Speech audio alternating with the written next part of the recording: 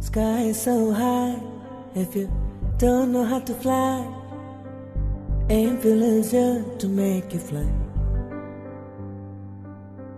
Sky is so high, if you don't know how to fly, aim feel easier to make you fly. Here we go. We have almost completed our theory side. Here we go. So I am going now to the few of the basics. Here we go. Rise over the sky. Basics means complete true Say basics. just That as is I. geography side. I Hold sent your you hands the high. details regarding the IATA codes. I think you guys have the IATA codes with you, an Excel sheet. Yes, sir. So the traffic conference. So the entire world is differentiated into 3 traffic conference. Each traffic conference will be having a headquarters station. Each traffic conference will have a headquarters station to handle the traffic conferences. So any issues regarding that particular uh, area, we call it that TC1, TC2, and TC3. So any problems or any issues regarding airlines, anything that will be finished up in their headquarters. So in TC1 we will be having a station, TC2 will have station, TC3 will have station. So any problem issues or any bilateral agreements or navigational agreements. So anything that's related to that particular area will be sorted out by the ICAO and IA team of that particular headquarters. So if it is not coming into their control, that for example in Area 3 we have Singapore as their headquarters. So if their problem is not sorted in Singapore and it's something that all the world or the entire traffic conference should know what is happening, what is the situation based, then all these will come to the headquarters at Montreal, that is in Canada. All the informations or complaints or whatever it is will come to will come to Montreal for their complete decision. So all the ICAO and IATA's headquarters is in Montreal, and they have individual, that is sub headquarters in each traffic conference, that is each in each area to reduce the count. That is reduce the issues that's coming. So each traffic conference, this is normally to giving an idea of how the airway flow will be, and also for fare calculations. So normally these kind of global indicators will be used for fare calculations. But for the dispatcher side, we'll be looking how the uh, wind flow and how the directions of travel you could take. So if you have proper clearance, you need to know how the aircraft will flow. If some of the countries have put a restriction on that. So if some of the countries have put restrictions over that is for a particular airline, they can change it or they can change the route of that. So in the first traffic conference, one, their headquarters is at Montreal, Canada, and these are the countries, that is the continents, who will fall inside this traffic conference. We have North America, Central America, South America. The countries Canada, Mexico, USA, and Saint Pierre and Miquelon. So in this, very few, for example, Saint Pierre and Miquelon will have maybe 1 or 2 airports, whereas in Canada, Mexico, and USA will be have a large number of airports. So it's the Excel sheet that I had given you will have the compilation of all these. So what and all are important? What are the say the international airports in those countries? Those countries are only mentioned over there. Yes, it's a very large list. That's only the IATA part. I'll send the ICAO part today by evening. So North America, Central America, South America, Caribbean areas. So these 4 areas will fall under traffic conference 1. And any changes or any problems or issues regarding these areas will be sorted out at the headquarters, Montreal.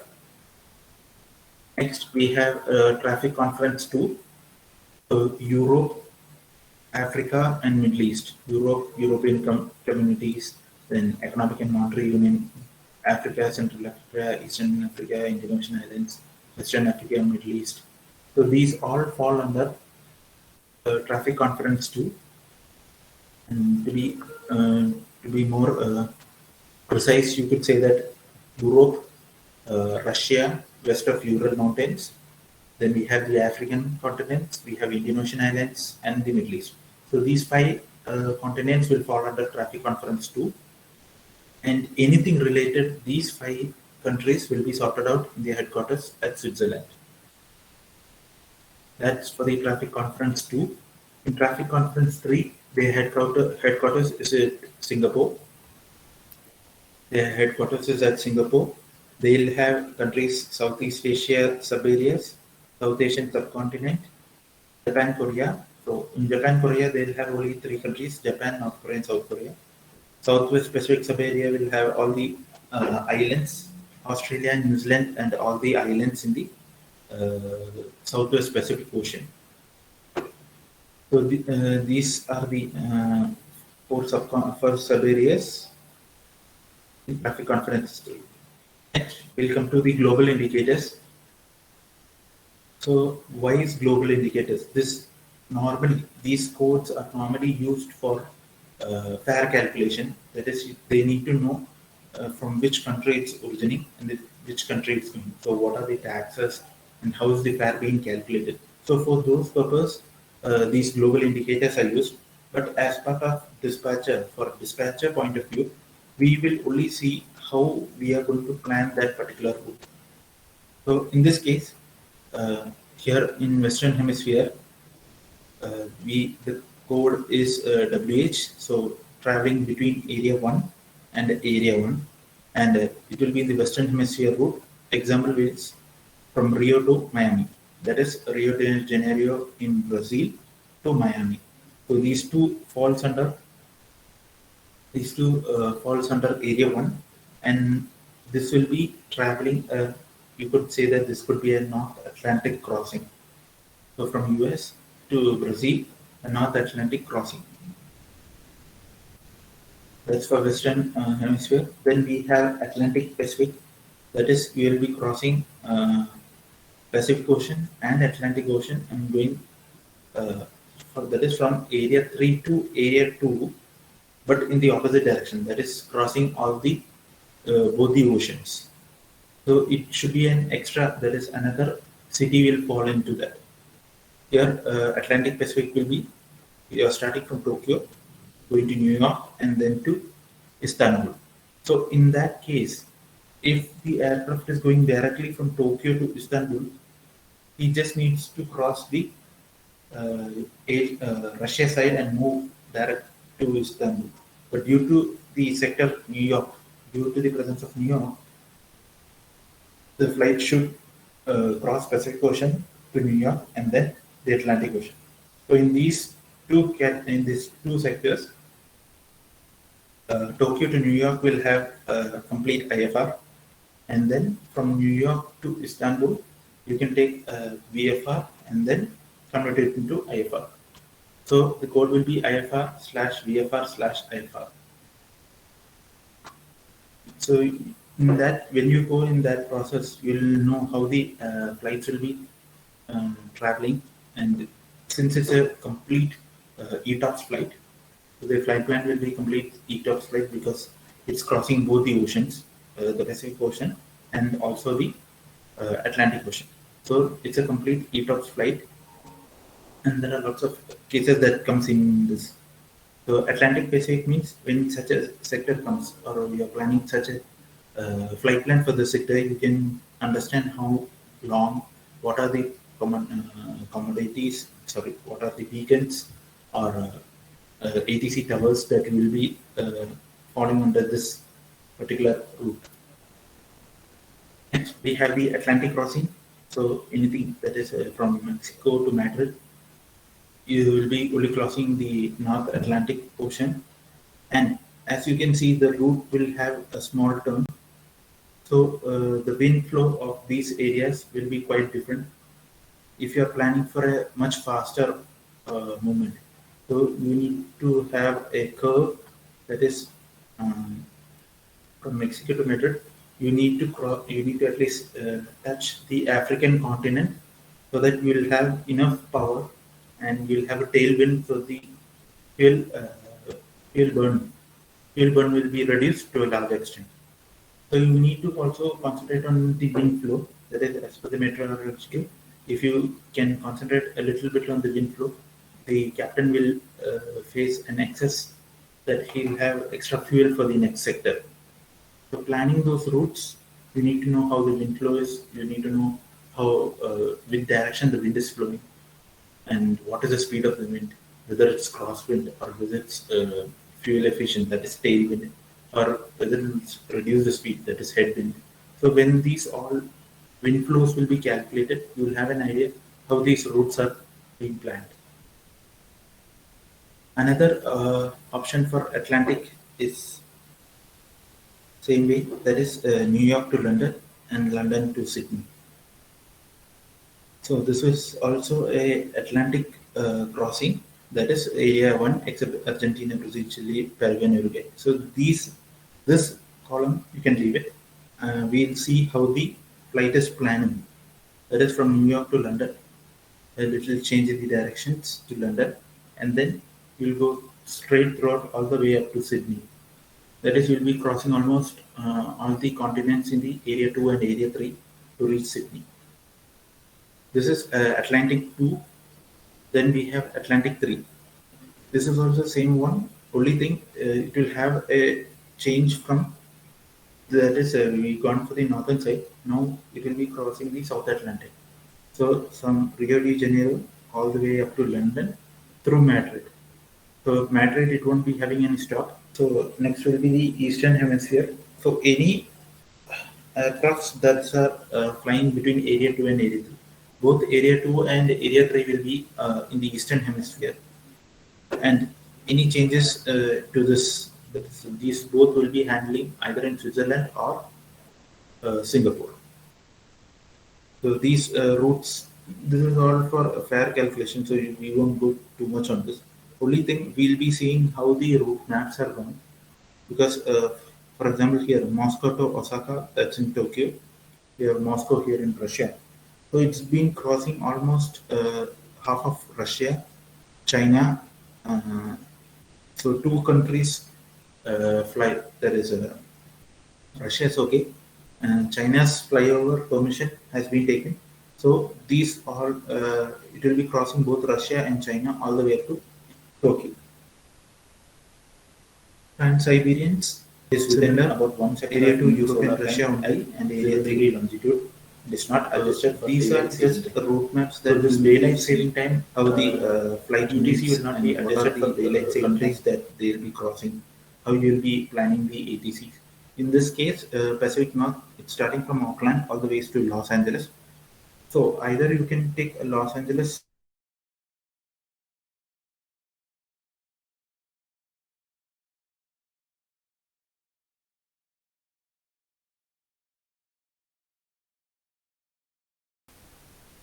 only the local, that is other than the UTC conversion. For the local time only, the UTC will be converted, that too along with the daylight saving time. It is effectively a to Greenwich Mean Time. So in Greenwich Mean Time, Greenwich is a location in London, that is towards London. It's a so the time in Greenwich will be the GMT time, and the Universal Time Coordination is a advanced version of the Greenwich Mean Time. In Greenwich, you will have the daylight saving, maybe say for 1 hour or 1.5 hours. You will have that local change in daylight saving. But in UTC, that is Universal Time Coordination, you won't be having, you won't be facing the changes. It will be the exact, that is without including the daylight saving. What will be the actual time? That will be the UTC time. So in certain winter conditions, if you see, the London will have a daylight saving time. So they wanted to save the daylight, so they'll either increase the time, that is their time will be shifted plus 1 hour, 0-degree angle. That will be the international daytime. Is that clear? UTC minus 12 and UTC plus 12 will be joining at a point in the globe, and that single line will be called as the international date line. So, person in UTC minus 12, that is, he'll be in one of the say South Pacific islands, and he's traveling to New York. So, the time he crosses the international date line, the date will change. That is, he'll be going one day before, and when he'll gain one day when if he's traveling to New York. But if he comes in the opposite direction, he'll be losing one day. So that is the reason when any passengers traveling from India to US, he'll be gaining a day. But when it comes in the opposite side, when he's coming from London or maybe say US to India, he'll be losing one day. So that is the UTC calculation. Here in UTC minus 12 will be this blue line, that is blue dated line. UTC 11 will be somewhere in the Alaska side. UTC 10, the almost 3/4 of the Alaska. Now UTC 9. So from UTC 9 all the way up to UTC 5, United States, that is UTC 11, UTC 8 to all the way up to UTC 4. That covers the entire US continent. So UTC 4 to UTC 8 will fall under USA, whereas UTC 5 to UTC 3, the South America will be covered, and Greenland will be completely on UTC 3 to UTC 2. Then we have UTC 1, we have a couple of islets and the western side of the African continent that falls under UTC 1. Exact UTC plus 0. London will fall, Greenwich Mean Time, that is Greenwich and London, and a few portions of the African continent will fall under the UTC 0. Then we have UTC 1. Certain portions of the country, that is African continent, and Europe will fall under UTC 1. UTC 2, also you'll have portions of Europe and the African continent. UTC 3, you'll be having only a couple of Middle East, western side of Ural Mountains of Russia, some of the European countries, and some of the African continents, include the Indian Ocean Islands. That will be UTC plus 3. UTC 4 will be UAE, Iran, Iraq, all those portions will fall under UTC plus 4. UTC plus 5, so 5 to 6 falls under Lakshadweep and all those. So since it's not exact, falls under 5 to 6.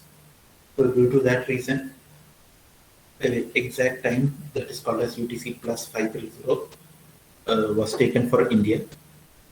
India, Mongolia, all those will be falling under UTC plus 530. Then we have UTC 6 timings. We'll have UTC 7, that is Thailand and all other portions of Russia, except Mongolia. Then in UTC plus 8, one portion of the Australia, that is the eastern portion of Australia, the islands, Indonesian islands, China, Mongolia, and part of Russia will fall under UTC 8. UTC 9 will have Australia also, Korea and Japan, and few portions of the Russia. UTC plus 10 will have the remaining Australia and portions of Indonesia. UTC 11, still we will be covering only the certain portions, that is in those sites we won't be having any, we won't be having any airports. So those portions will fall under the UTC 11 with few islands in the Southwest Pacific. UTC plus 12, the last one. So New Zealand falls under this line, and beyond this will be the, beyond this you will see the international date line. So any flight that's starting from Auckland who's crossing the Pacific Ocean is there, he'll have a tendency to lose the time. That is, he'll be losing one day. What are the types of AOC services that we have? So AOC, airline operational control services can be categorized into two areas, which are airline operation control and airline traffic service. So what is AOC? AOC is operational control that is situated in the airport. Normally, it will be where you can view the runway. So this service or this control center will be situated exactly close to the runways, from where the view of all aircraft that is coming and going on both sides, you will be having that in such a way this location is situated that you can see the aircrafts coming in from both sides. So if you take, for example, if you take the Coimbatore or Trivandrum runways, the aircraft, this AOC will be located exactly at the center. That is in the domestic terminal, which is exactly center of the runway. So the person who's controlling that center could see both sides of the runway. That is, flight is coming from which route and how it will be landing. Is it following all the instructions from the ATC? So airline operation control is it's a commercial service used for communicating airline information between aircraft and the airline's host ground stations, which can be accessed through various applications. So out of on in time, aircraft load sheet, dispatch and weather update, engine performance, position report, fuel status, weather service, passenger service, flight status, and aircraft load sheet. So in this, two aircraft load sheets are given. So the first aircraft load sheet will be the arrival collection or the transit load cross check. Then the final load sheet will be the departure load sheet. So these two load sheet comes into access only when you have a transit station. So the aircraft is coming from Delhi to Mumbai and it's going to Dubai, means at Mumbai station, the transit load sheet should be collected and cross-checked. So does the dispatch and weather update. So they will have, so the Delhi team would have given them a full flight plan all the way up to Dubai. So any dispatch or any weather update should be also taken. Then we have the engine performance that will be cross-checked and confirmed by the captain. Position report, which position the aircraft must take, that will be informed by the AOCC, and that is AOC. Then we'll have the fuel status, the progress of fueling, whether it's completed or it's starting, that status should be updated. Weather services, that will be updated along with the dispatcher's report to captain. Then passenger service and flight status. So once the passenger service will be confirmed, then the flight status will change. It will change either to flight finalized or flight released. So this is a communication. This will be the points that AOCC will be communicating with the captain, the airline team, and also along with the ATC team. So if required, only the ATC team will be informed. But ATC will have all the details regarding that is whatever the AOCC is handling or AOCC is planning. All the details will be shared to the ATC because they are the ones who will be communicating with the captain until it reaches the point called as transition. So how the aircraft starts off, first will come the runway. So from the runway, the AOC will handle it. Then it will go to the SID team, that is standard international departure, or standard instrument departure, and from there it will go as depart. So it will catch any of the airways, then en route, then it will go for the transition, and that is after en route comes star, that is standard terminal arrival route. Then it will go for the transition, that is height reduction and that's altitude reducing. Then it will go for the approach, that is gliding towards the runway, and then will be the landing process. So once the star has been issued, the transition and approach will be handled by the ATCs. And then after the approach stage is complete, that is the aircraft has almost touched down, the AOC will take control. So AOC will have a departure, that is once the aircraft touches the runway, the AOC will take complete control, pulling the aircraft all the way up to the aircraft position, and all the formalities will be updated, how the aircraft is releasing, whether it's leaving on time, all the airlines, that is all the commercial side work, including the dispatcher, everything will be handled and monitored by the AOC. So once the AOC completes, for example, once the aircraft has touched down, and then the AOC takes in control. So AOC will inform that the aircraft has been positioned for bay number 25. Please approach, exit through taxiway alpha. So when the aircraft hears the code taxiway alpha, it will exit through that way all the way till it reaches bay number 25. In case if there is any other aircraft on the taxiway or it's ready for departure, the taxi movement of the aircraft, that is once the aircraft lands, the aircraft will either be instructed to bring into the taxiway and hold the aircraft for about 5 or 10 minutes based on the situation of that particular. So that decision is made by the airline operation control. As I said earlier, ATC also has a ground service team, that is a ground station team. With AOC, that is airline operation control. Earlier, this was two different teams, that is the ATC ground team and the airline operations control team. These were two different teams, but now both of them are combined. Airline operation control is a single team that handles both the ground service, that is ground movement of vehicles, and also the airline procedures or airline formalities for that particular aircraft. So once the aircraft reaches the bay, then the in time, first the on time will be collected. That will be taken by the AOCC. That the moment the aircraft touches the ground, that's the on time. That is the aircraft is on the runway. Then we'll have the in time. Once the taxiing is completed and the aircraft reaches the that is bay, the chocks will be placed, and there comes the point chocks in. That is the in time. Then the formality starts finished. In case of a transit flight, you will have the aircraft load sheeter and the dispatcher waiting for the captain. Once the aircraft opens, load sheeter and the dispatcher enters. These two can be a single person, or it can be two different persons.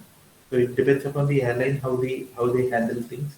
So if it's a CLC aircraft, that is the load sheeter will be in a centralized location, and from there he'll be coordinating means the dispatcher will be meeting the captain. In case if it's a manual load sheet and it's been done from the station, then the load sheeter and the dispatcher, both of them will be meeting the captain. In certain situations, even though the load sheet is being done from the station, the dispatcher will not be available. So the load sheeter will be assumed as dispatcher, that is, he'll be handling the flight plan.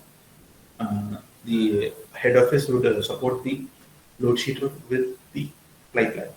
So he'll be helped out regarding the flight plan. So after the aircraft load sheet has been collected, all the details, all the transit details will be cross-checked, and the dispatcher will update any weather updates, or maybe any fuel changes, or maybe any flight plan changes, or route changes. Anything regarding that will be updated to the captain, and then the captain will decide of how many fuel uplift he has to take. So that calculation will be done after the captain does his engine performance test. So the next point is the engine performance.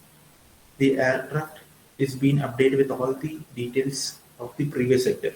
So the aircraft comes up, so the captain comes out of the aircraft, do a full cross check of the entire aircraft. He'll check the engine conditions along with the AME and the technician. So he'll discuss with them and confirm what is the current engine condition. Is it fit, or is do you see any issues regarding that? So all these details will be in a log entry with the captain. So either the captain will inform the engineer team, or the engineer can come inside the aircraft and collect the log and fill it up. So once this engine performance is done, this status will be updated to the AOC, and that will be done by the captain himself. Regarding the dispatch and weather update will be after the engine performance check. So if the engine performance check is completed and the aircraft is in good condition and it's ready for the departure, the captain will confirm to the AOC, yes, engine performance is satisfactory. The dispatch has updated with a new flight plan and a new weather report. Details have been forwarded to the ATC team, and a copy of it has been sent to you also. Then we'll move on with the current position report. So this position report is the work, that is the operational condition that happens in the ramp for the aircraft. That is passenger disembarkation or passenger embarkation, cargo going in and out, baggage in and out. So all these position report will be updated to the AOC by the airline side. So once this procedure is also complete, so that is the operation is in success, then comes in the fuel status. So fuel status will be initiated once the aircraft is clear of all passengers, and the fueling will be done before the passenger embarkation start. So as per IATA, that is the rule that the fueling must be completed before passenger booking starts. Or if you have very minimum ground time, this fueling will be started only on precautions done by the captain. That is, you need to have an exit door open, and the aircraft will be hold on. That is, the entry and the exit point of the aircraft will be open, and there will be no vehicles in the position bay that will that will disturb or interfere with the movement of passengers. So once this fuel status is also completed, that is, fuel is completed and the fuel is being updated to the AOC, these details will be automatically forwarded to ATC also. Yes, the fueling is complete. So the ATC will calculate in case if it's a very heavy traffic airport, the person will calculate of who will be allotted the spot next. So is there any aircraft coming in that moment? If it's coming, it should be informed to the AOC, and AOC will plan out which aircraft is coming out and which aircraft will be given an answer position. So all these details related to airline and related to dispatcher will be updated to AOC also. That is, in ground, it's the only person who could help the captains and help the aircraft move on. Then we have a weather service, that is a meteorological team will update weather service to the airline operational control. As I said you earlier, weather services are only updated to three main peoples. One is the dispatcher, the other will be the air traffic control, and third one will be the captain. So in this situation, airline operational control will get the weather services. So it will not be a direct contact with the meteorological department. It will be through the dispatcher. So weather services updates should be given by the dispatcher, and all these informations regarding the weather will be updated to him. So in case if the aircraft is facing a weather issue at the destination, and the aircraft needs to hold on into the airport, or declare a delay for the aircraft, then these details will be given to the AOC. AOC will plan the way, that is, plan the flights that come after them, and will be updated to ATC regarding the status. So when this weather issues or weather services will be updated to the ATC, if there is any change in flight plan, that will automatically come back all the way to the dispatcher. sorry, your flight is got delayed by 1 hour or maybe 1 hour 30 minutes, we can't hold the aircraft till that day. We need to issue a new ATC plan. Maybe the date has changed, or maybe the route, maybe and that is a route way of the aircraft, maybe filled with traffic. So when these issues comes, the flight plan must be changed, and that will be informed to the dispatcher. That's all for the weather services. That's all the changes that come for weather service. Then we have the passenger services. So these passenger services details what is the passenger movement, how much passenger load is there. So this will be after the passenger boarding is completed.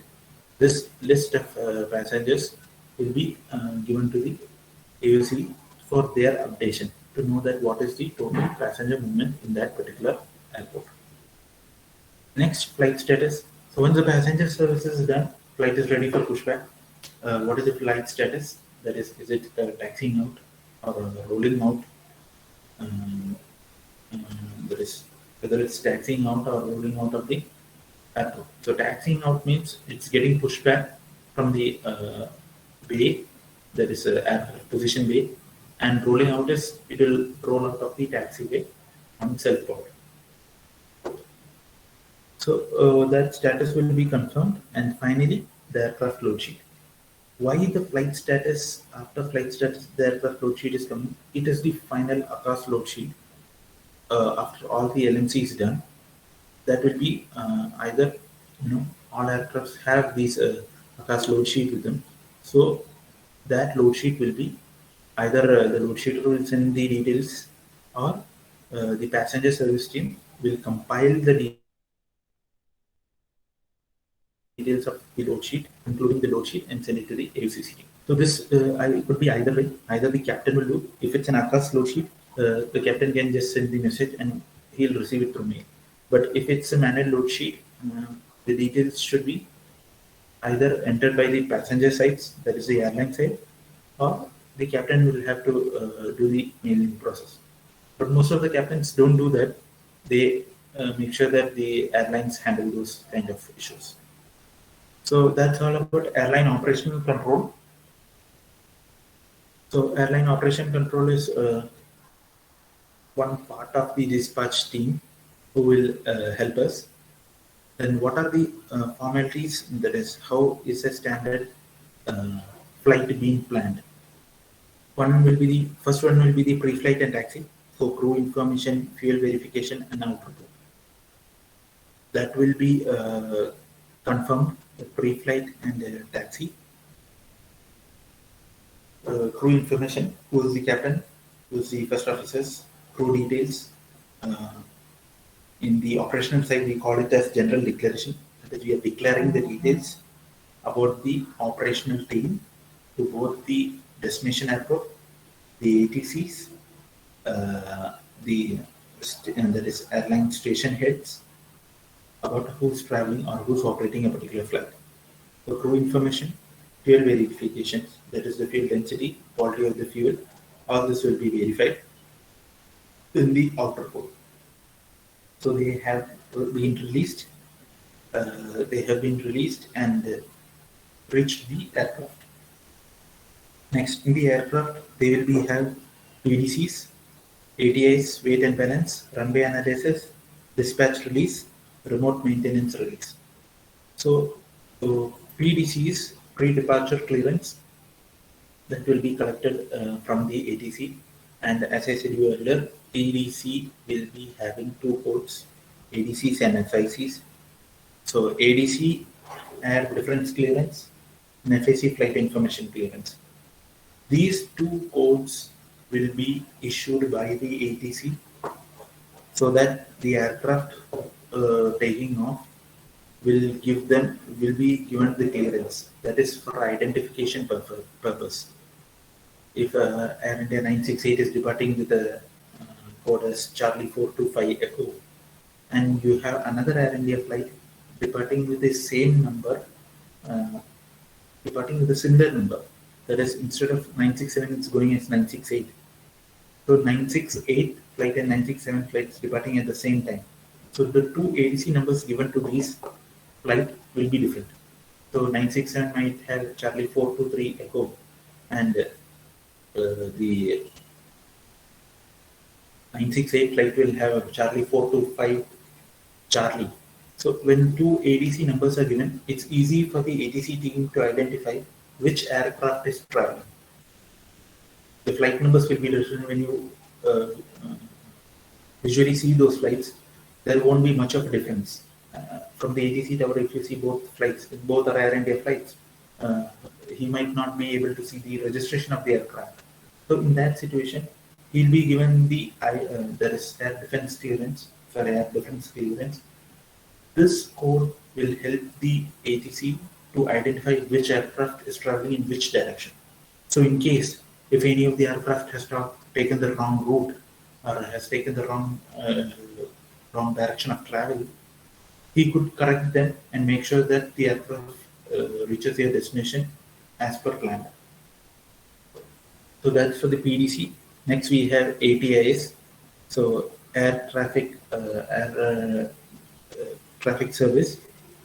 So this air traffic instrument service, I think so. Yes, air traffic instrument service. So this service is taken care by the ATC, but in most of the airports, it's a combination of both AOC and ATS.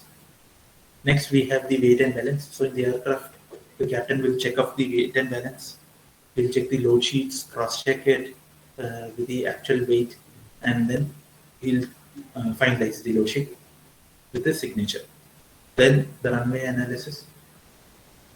Later on, after this stage, all this process will go as a briefing session. That is, the captain will be having a briefing session with his first officer. So runway analysis, the dispatch release, and report maintenance release. These 3 points, along with weight and balance, at times, along with weight and balance, these 4 points will be part of the aircraft departure process, and this is the final briefing that the captains will share. Weight and balance, they need to know what is the trim, they need to know the runway analysis. So at times, this runway analysis done during the fuel, there is a fuel calculation time. The captains finish up the runway analysis and confirm what distance of travel should go, and how the aircraft will react to such runway, whether it's rainy or all those things will be monitored and checked. Then dispatch release, final flight plan, no changes to flight plan. He'll sign up, he'll update it to the ATCs and ATS with this flight plan with this flight number. The flight number with flight plan have been received and is acknowledged. So once that message goes, the ATC will forward those details to all the stations and route of the flight. Remote maintenance release, that is also known as line maintenance. The aircraft will be verified. As I said earlier, we'll be having an engine performance test as per the AOC site. It is the same process, but this release certificate, remote maintenance release certificate, will be issued on behalf of the airline. So next will be the takeoff departures. So from the aircraft, these reports will be going to the AOC and also the ATS team. One will be the off report, that is, the aircraft has takeoff at this particular time. The aircraft pushback at this time and has takeoff at this time. This report will be sent to the ATC on confirmation, and then the destination ETA. So what time is the aircraft expected to reach the destination? That time will also be updated. Now this is all part of the departure side. Now en route, we will be having from the aircraft, we will be sending these reports. One is the position reports, ETA updates, changes in ETA, engine parameters, how well is the engine running, any crucial moments, maintenance report, already confirmed and checked during departure, then provisioning. In case if any changes is required, what are the updates to be given? What are the updates to be accepted by the aircraft? So this are the reports sent from the aircraft, and these all will be given back to the aircraft until the ATS there is air traffic information. Then we'll have the ground voice request. This ground voice request will be based on the direction. So if the aircraft is going for an ETOPS flight, it won't be a ground voice request. It will be something like sea based, a beacon request. Then we'll be having the gate assignment. So through which gate he'll be entering into a particular airway or a navigational point will be received. Then en route. Then after that we will have a start. So this gate assignment will be given during the after the start process. That is after the arrival route is being set. The gate assignment will be given. If it's a very busy aircraft, even after the approach, only the gate assignment will be given. Next will be the approach and landing. From aircraft, you will have ETA changes, in range report, and on report. So after the approach and the chalk on is being done, the gate assignment information will be given, and the aircraft will roll taxi in to the position. To aircraft weather report, the current weather conditions. Can we expect any delays for a departure or a turnaround? Will be having any delays? Those information will be given to the aircraft. Post landing and taxi, the in report. What are the updates of the aircraft? This aircraft conditions, passenger, any unruly passengers, passenger behavior. All these in report will be given. Then final maintenance status and fuel verification. So final maintenance status, once the aircraft has completely shut down and it's not going for any further, we will be having to produce a final maintenance status.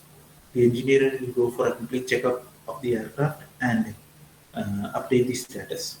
Then fuel verification, what is the remaining fuel inside the aircraft and whether can it be used, that is whether it can be used that is mixed with any other fuels of that particular station. So that updates will be given, and these all updates will be in coordination with the AOC, AOC and the air traffic control unit. Next, we have the air traffic service, airline traffic service, that is the ATS.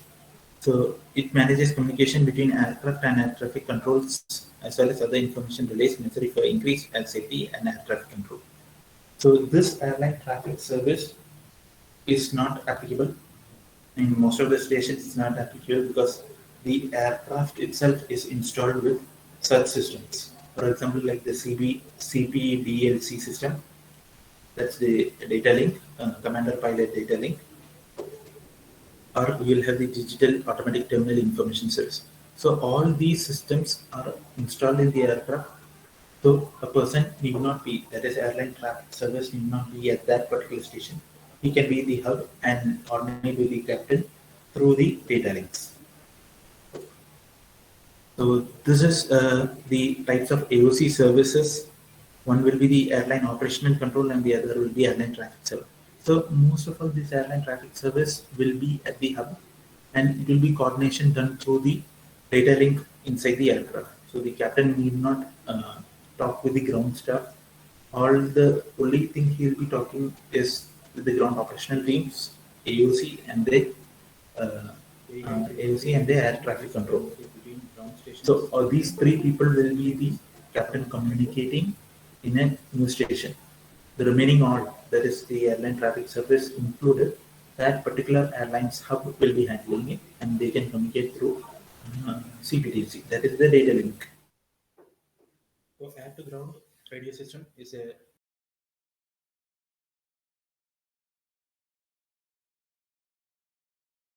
in order to facilitate airline operations such as exchange of passenger information or preparation of tools, spare parts, oil and fuel supplies, and medical services.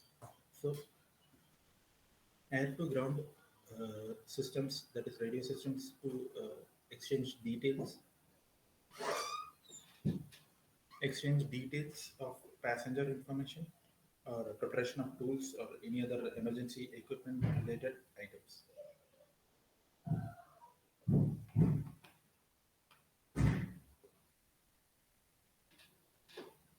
equipment related type. So in the air to ground radio system, it consists of the following components. One will be the air to ground base station. So this will be a air to ground communication within a radius of 200 nautical miles. So 200 nautical miles is almost like 370.4 kilometers. 370.4 kilometers, 200 nautical miles. So 370 kilometers radius will be the that is a air to ground base station that will be having communications of aircraft which is in a radius of 200 nautical miles. In kilometers, it would be 370.4. So 370 kilometers radius, whichever aircraft comes in will have connection to that uh, tower. That is a air to ground base station. Then we have the remote control unit, which is installed at the office of a base station to facilitate long range control and communication. So any aircraft that's coming from a very long range, uh, the range means long distance flying at a very bigger height, higher altitude flights will have to will have the connection.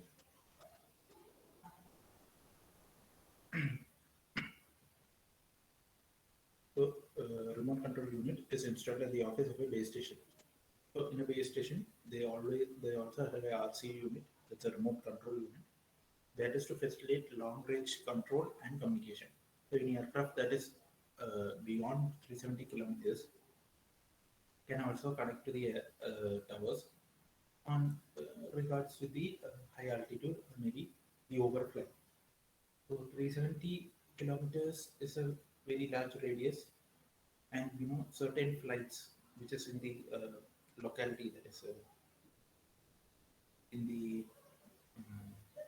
let's say certain aircraft that's flying above, way above the normal height. That is normal will be 350 or 370, so 37,000 feet.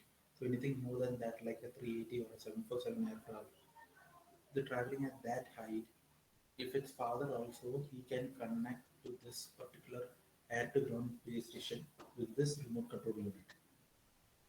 When such unit will be connected, he'll have the authority of flying over, whether he have to change the location or if he have to change the altitude or change the airway. So anything, any point such like that, if is required, will be informed to the captain from this remote control unit. Next, we have air-to-ground handheld talkie. This is a handheld communication radio used for air-to-ground communication within a radius of 10 nautical miles. So this air-to-ground um, handheld talkie will be if the aircraft is near to the station, near to the air-to-ground station, or if it's taxiing in the locality, or if it's flying very close, they can have a contact. That is, they can have a communication. Then we have the car radio, also known as air-to-ground mobile radio, which is installed in cars for mobility. It is used for ground communication within a radius of 50 nautical miles. So this 50 nautical miles, air will be the car will be in movement, in motion, and it can have a contact over there with the aircraft. Then the air-to-ground mobile radio for desktop. It's a communication radio installed at the ground station used for air-to-ground communication with a radius of 150 nautical miles. So in an air-to-ground radio station, their main task is to have contact with the aircraft, and for that they'll have a base station which is having a capacity of 200 radius of 200 nautical miles. So the remote control unit for long range control communication, a ground handle talkie which is for 10 nautical miles, a car radio for 50 nautical miles, and a mobile radio for desktop, that is 150 nautical miles. So this radio communication equipment is for the main purpose, that is aircraft which is in the air and the ground. Next, we have ground to ground. So in ground to ground, AOC can also handle. Even air traffic service can have a base station, or it can be a combined with the AOC unit, that is airline operations control unit. There are multiple of options that is based on a single airport, what are the equipments they are installing. Based on that, they will be differentiated. So if it's a small airport like Trivandrum or Coimbatore, you can have AOC and ATS together in under one roof. Whereas if you go to offices like New York, airports like New York, you'll have ATS, ATC, a different unit. You'll have the air to ground service, that is the radio communication one unit. You'll have the ground, that is ATS system for the ground. You'll have one unit. You'll have the AOC unit also. And since it's a very big airport, even ATC will provide, for aircrafts who don't know the actual route to the particular way, for them, follow me cars are equipped. So there are certain arrangements that a particular airport does for new flights or for captains who are not very familiar with that particular location. So for them, all necessary changes and equipments will be ready by that particular airport. Next, ground to ground. So ground to ground radio system is a radio system used for communication between ground stations to assist in coordination between agency in order to ensure the safe, expedient, and efficient executions of ground operations. So ground to ground, it will be part of the AOC or it can be part of the AT.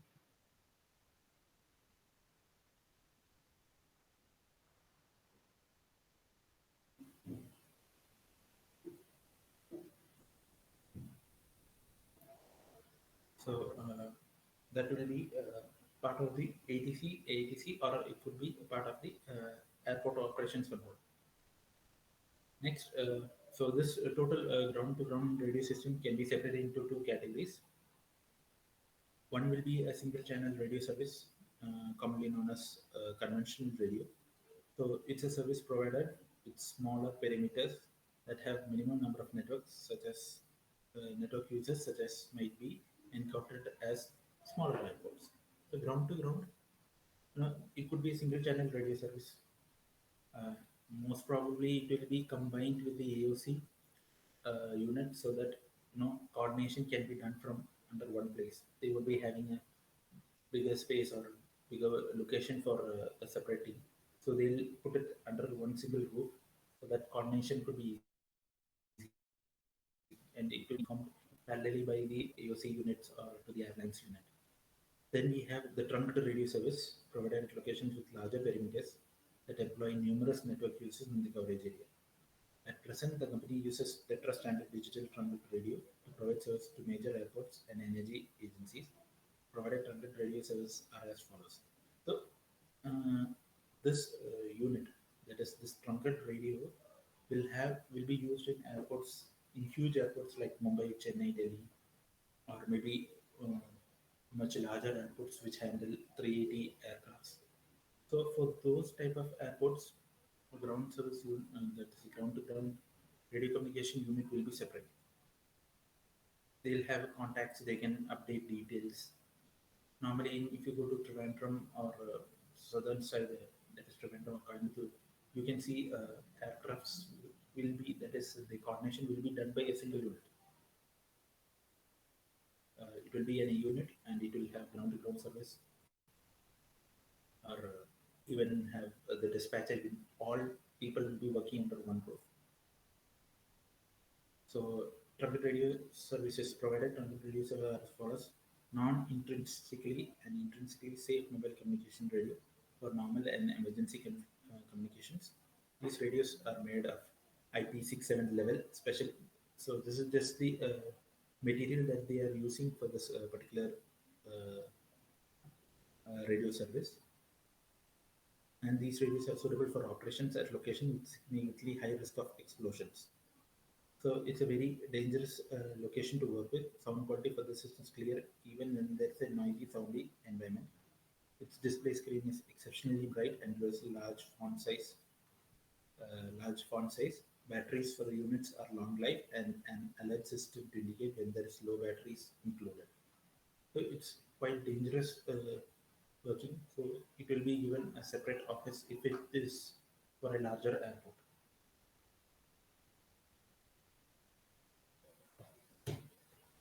So communication radio stations and automotive installation communication radios that are easy to use, work well in noisy areas, and are durable and mobile. Next is the transmitter and receiver. These are devices used for transmitting and receiving flight information, which use a program called the Aero. So in Thailand, that is in the traffic area 3, and in the Southeast Asian sub area, this Aero Thai user agents will be used via the Aeronautical Telecommunication Network, that is the ATM. So this flight information transmitted by this system includes domestic and foreign notices, to airmen, also known as NOTAM, flight approvals and flight plans, aviation meteorology, other security information. So this, if you take up out these Southeast station sub area, this transmitter and receiver acts both as the person station NOTAM and MET, that is a meteorology, flight approvals and flight plans, and also other security informations. So there are airports where all these combine to form, even the dispatcher, as I said you earlier, the dispatcher, the meteorology, all combine together. Certain offices are also there in airports. In some airports, it will be separate. In some, it will be the AOC and the ATIS working together. In larger airports, if you go, it will be individual. AOCC different, AT is different, ground to ground different, air to ground different. So this transmitter and receiver in the Southeast Asian sub areas will have a combination of, that is, they'll do the issuance of NOTAM, flight approvals and flight plans, even the meteorology, and if required, other security information.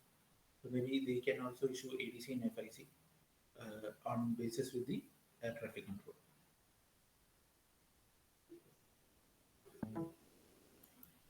So that's for the types of radio communication.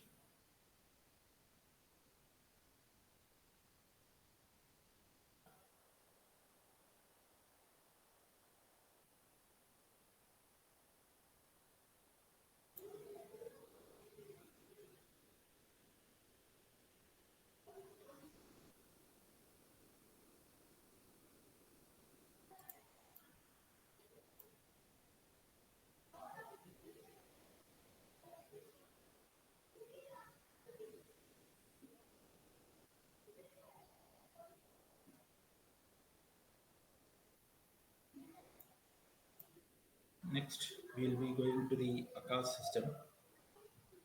So just like the CPDLC, that is the data link communicator, we have something called the ACAS system.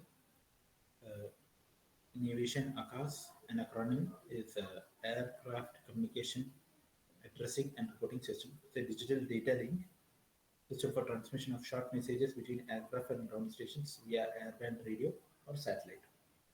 So the protocol was designed by ARINC and deployed in the year 1978. So the format they'll be using will be telex. So more ACAS radio stations were added subsequently by a company called SITA. So SITA is the company that will be creating uh, softwares on regard to aviation. SITA Society International for Telecommunication Aeronautics. So this company built softwares to handle, uh, that is softwares for aviation purpose. So they have DC system, that is departure control system. They have weight and balance system. They have this ACAS system that is also working. So these all work under the single software company called as SITA. So what is ACAS usage? So ACAS can be used for multiple purpose. ACAS will have a particular code that is known to have contact with the ACAS. You can use addresses. So the aircraft has address, and based on that address, messages can be sent. So if you're going for a CLC type of aircraft, say Etihad or Emirates, or if you take Qatar Airways also, most of the Middle East, most of the Middle East airlines will have CLCs. That is, they'll have a centralized load control who will be handling from the hub. So any load sheets or any final notifications to captains, or if required, they can even send the flight plan through this ACAS system. And this ACAS system can be used also not for the airline purpose but also for the air communications, that is the ATC purpose. They can send air traffic control messages and request or provide clearance. They can also use for aeronautical operational control, that is they can send messages or as I said you earlier, the USC, they can send messages for them, send the documents, maybe say load sheet or forward the load sheet copies. So these all can be done in this ACAS message ACAS system. Even airline administrative control, if the aircraft is requested for a delay, as per the flight dispatcher from the base. So in the hub, if anyone has requested, they can confirm it to the aircraft by sending an ACAS message. So if you go for the Qatar Airways, they will have all their flight plans installed in their tab, and load sheets will get printed through ACAS. So that is Qatar's policy. So does Emirates and Etihad follow up the same policy. That is the ACAS load sheet once print is accepted as final. So almost all Middle East countries, if my memory is right, all the Middle East countries have this ACAS system, and they mostly use these kind of ACAS system as a point of confirmation from the load sheet. So if you want, you can even reply messages back stating that yes, the ACAS load sheet has received and I have acknowledged it. The captain has acknowledged with his license number.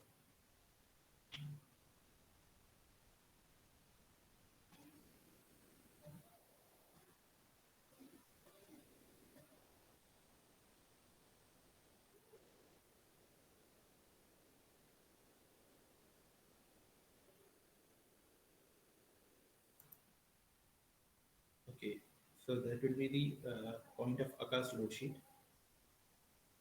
Then role of ACAS in air accidents and incidents. So how much that is any proper work of ACAS, or maybe a miscommunication or not proper usage of ACAS can cause accidents and incidents regarding. So in the wake of the crash of Air France Flight 447 in 2009, there was discussion about making ACAS an online black box to reduce the effects of the loss of a flight record. However, no changes were made to the ACAS system. In March 2014, ACAS message and Doppler analysis of ACAS satellite communication data played a very significant role in efforts to trace Malaysian airline flight 370 to an approximate location. While the primary ACAS system on board MH370 had been switched off, a second ACAS system called Classic Arrow was active as long as the plane was powered up and kept trying to establish a connection to an Inmarsat satellite every hour. So MH370 flight went missing. So this flight went missing on 2014, 8th March. So with the help of this ACAS system, that is they had a primary ACAS system and a secondary ACAS system. So the MH70 had switched off their MH370 had switched off their primary ACAS system, and with the help of secondary ACAS system and the Inmarsat satellite connection, that is the equipment of Inmarsat satellite, they were able to trace not the exact but at least the approximate location of the aircraft. The ACAS unit on Airbus A320 of Egypt Air sent ACAS messages indicating the presence of smoke in toilet and the evening day prior to the aircraft's crash into the Mediterranean Sea on May 19, 2016, which killed all 66 persons on board. So, each aircraft can is this ACAS system is used for maybe emergency purpose or maybe to inform the ATC regarding any requirement. Another case on 24th February 2021, the ACAS unit of South African Airways flight from Johannesburg to Brussels sent an ACAS message about an alpha floor event, which was activated with the Airbus 340-600's envelope protection system activated to override the pilots to prevent the plane from stalling on takeoff. So, alpha floor event, so such messages will be popped up, and it gives warning to the air traffic controller, or maybe say the airline. So such changes in Airbus. So these all aircrafts, the Airbus aircrafts have been equipped and they are interlinked. So in case if such situation comes up, or emergency situation comes up, or in accidents and incidents, the ACAS generates the messages either automatically or manually, and will be sent to the airline's base and the ATCs nearby. So when such information is passed, you will get to know what was the status, where did the team went wrong.